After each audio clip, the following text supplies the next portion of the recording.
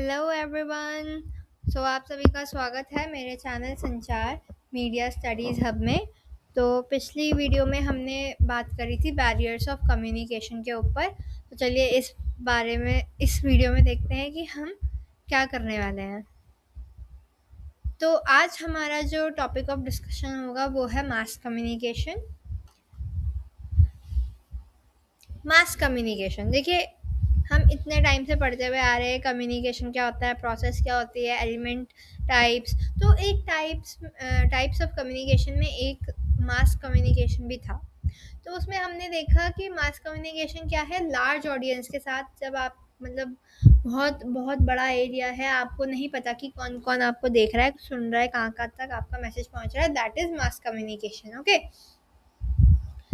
तो चलिए देखते हैं कि when a source, typically an organization, employs a technology as a medium to communicate with a large audience। Basically यहाँ पे कोई भी ऑर्गेनाइजेशन, कोई भी ऐसा पर्सन जो कि लार्ज ऑडियंस के साथ क्या कर रहा है, कम्युनिकेट कर रहा है।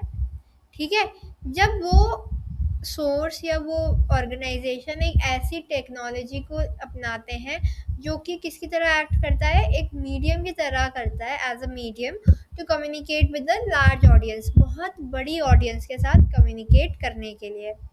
ठीक है, इसका मतलब होता है अपनी इंफॉर्मेशन, आइडियाज़, एटीट्यूड्स को एक डाइवर्सिफाइड और साइजेबल एंड डाइवर्सिफाइड ऑडियंस को पहुंचाना। किसके थ्रू? मीडिया के थ्रू, जो कि स्पेशली उसी पर्पस के लिए बनाई गई है।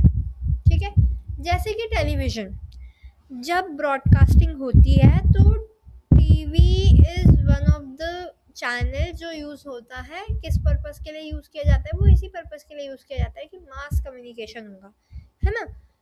तो टीवी के माध्यम से जो न्यूज़ चैनल्स हैं वो हमारे पास दुनिया भर की खबरें पहुंचाते हैं, है ना। तो जो टीवी न्यूज़ चैनल है वो कोई ऑर्गेनाइजेशन या सोर्स हो गए जो हम तक इंफॉर्मेशन पहुंचाना चाहते हैं। हम उनकी साइजेबल और डाइवर्सिफाइड ऑडियंस हो गए, पूरी भारत की जनता। एंड वो किसके थ्रू पहुंचाया जा रहा है हमारे पास? टीवी के थ्रू, है ना। टेलीविज़न सबके घर में है तो वो एक प्रेफर्ड मीडियम है जो कि उसी लिए बना है, तो इसलिए हम टीवी के थ्रू न्यूज़ देख पाते हैं। इसको एक ऐसी प्रोसेस भी कहा जाता है जिसमें मीडिया ऑर्गेनाइजेशन जो होती हैं वो मैसेजेस को लार्ज लोगों तक, पहले तो वो मैसेजेस को प्रोड्यूस करती हैं, फिर वो ट्रांसमिट करती है उन मैसेजेस को लार्ज पब्लिक्स तक। ठीक है, और इस प्रोसेस के थ्रू ही जो मैसेज होता है, जो ऑडियंस होती है उसके थ्रू सॉर्ट किया जाता है। सॉर्ट मतलब वो देखते हैं कि भाई उनके काम का क्या है, काम का क्या नहीं है। ठीक है, यूज़ करते हैं उस इंफॉर्मेशन का कि अच्छा आज न्यूज़ में कहा था कि बाहर नहीं निकलना है, बारिश तेज़ हो रही है, अलर्ट आ रखा है, तो इसलिए हम बाहर नहीं निकलेंगे। तो उन्होंने यहाँ पे यूज़ करा, उन्होंने अंडरस्टैंड किया कि हमें बाहर क्यों नहीं जाना है, क्योंकि बाहर बहुत तेज़ बारिश हो रही है और हमारे लिए खतरा हो सकता है, एक्सीडेंट्स हो सकते हैं ऐसे में, कई सारे, गाड़ी फिसल गई, है ना। कई बार सामने एक जितना बड़ा गड्ढा है वो इतना बड़ा गड्ढा दिखता नहीं है क्योंकि ऐसा लगता है कि उसमें पानी भरा है, लेकिन उसकी गहराई नहीं पता चलती, तो कई बार हम लोग उस गड्ढे में गिर के हमें चोट लग जाती है। तो ये चीज़ ऑडियंस को पता होती है, पता चलती है और इन्फ्लुएंस हो जाते हैं वो कि हमें ऐसा नहीं करना है, हमें बारिश में बाहर नहीं करना है, ये उनके ऊपर इन्फ्लुएंस आ गया। ठीक है, it can be defined as a public transfer of messages by media organisation through media channels. एक पब्लिक ट्रांसफर होता है मैसेजेस का जो मीडिया ऑर्गेनाइजेशंस करती हैं ऑडियंस तक, किसके थ्रू? मीडिया चैनल्स के थ्रू।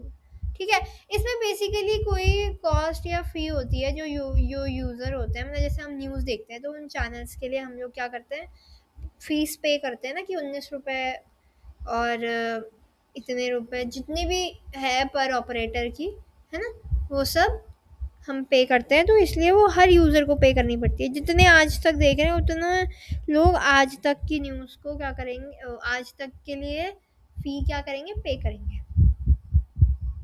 तो मास कम्युनिकेशन मतलब बहुत लार्ज ऑडियंस में अपना मैसेज पहुंचाना। नेक्स्ट है कैरेक्टरिस्टिक्स।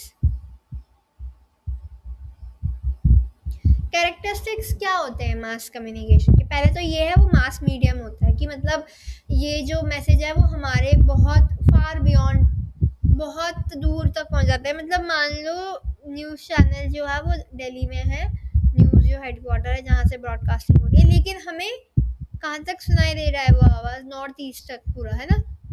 वो जो चैनल है वो सारी न्यूज़ कहाँ तक ब्रॉडकास्ट कर रहा है?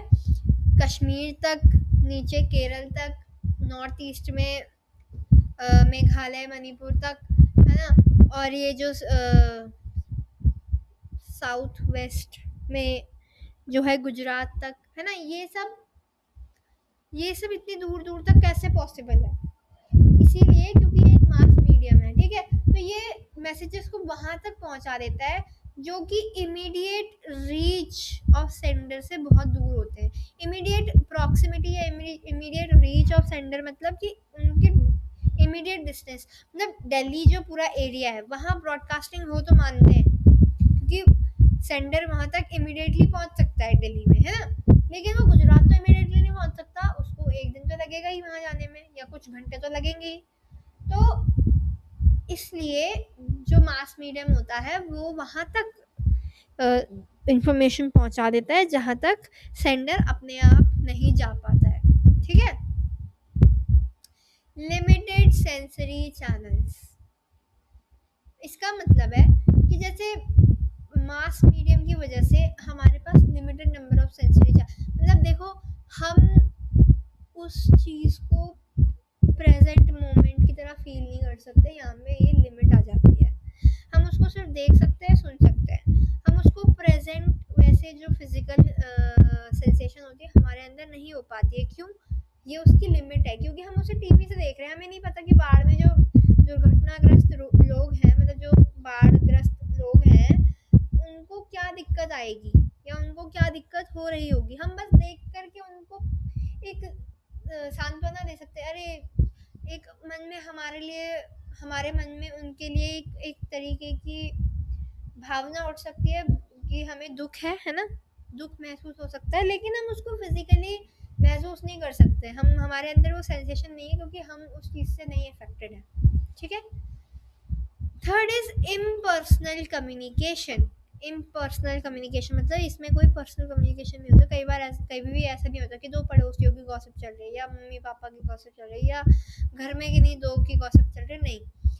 ये होता है इंटरपर्सनल, मतलब बहुत वाइड एरिया में होता है। आप अपने हो सकता है कि जो न्यूज़ बोल रही हो या बोल रहे हो उनके फैमिली मेम्बर भी उनको देख रहे हो, लेकिन उनके फैमिली मेम्बर्स ही तो नहीं देख रहे ना उनको बाकी देश की जनता भी देख रही है। तो इसलिए इम्पर्सनल कम्युनिकेशन होता है। गेट कीपर मतलब कि एक ऐसा पर्सन, देखो न्यूज़ पहुंचाने के लिए, कोई भी इंफॉर्मेशन ऐसे पहुंचाने के लिए एक गेट कीपर होता है। गेट कीपर एक ऐसा पर्सन होता है जो ये देखता है, सेलेक्ट करता है, ठीक है, मैसेजेस को कि कौन से मैसेज जाएंगे नहीं जाएंगे, जो नहीं जाएंगे उनको रिजेक्ट करता है, जो जाएंगे उनमें अगर चेंज है तो उनको चेंज करता है, ठीक है। तो इस वजह से जो गेट कीपर है वो फ्लो ऑफ इंफॉर्मेशन को इन्फ्लुएंस करता है, ठीक है, जो कि कहाँ तक पहुँचती है, एक रिसीवर या ग्रुप ऑफ रिसीवर तक, ठीक है।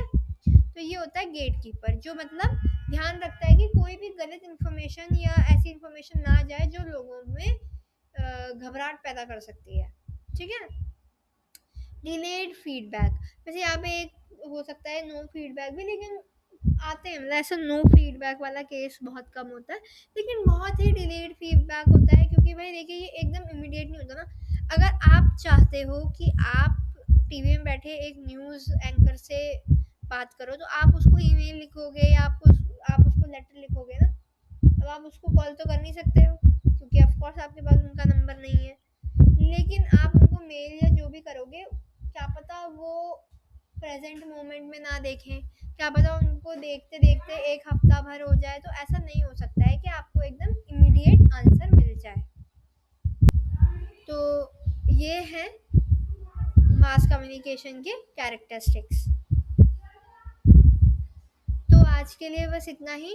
उम्मीद करती हूँ कि आपको सब समझ आया होगा। मुझे ध्यान से सुनने के लिए आप सबका बहुत-बहुत धन्यवाद। आगे की वीडियोज़ में हम ऐसे ही टॉपिक्स पे बात करते रहेंगे। तब तक के लिए बाय-बाय।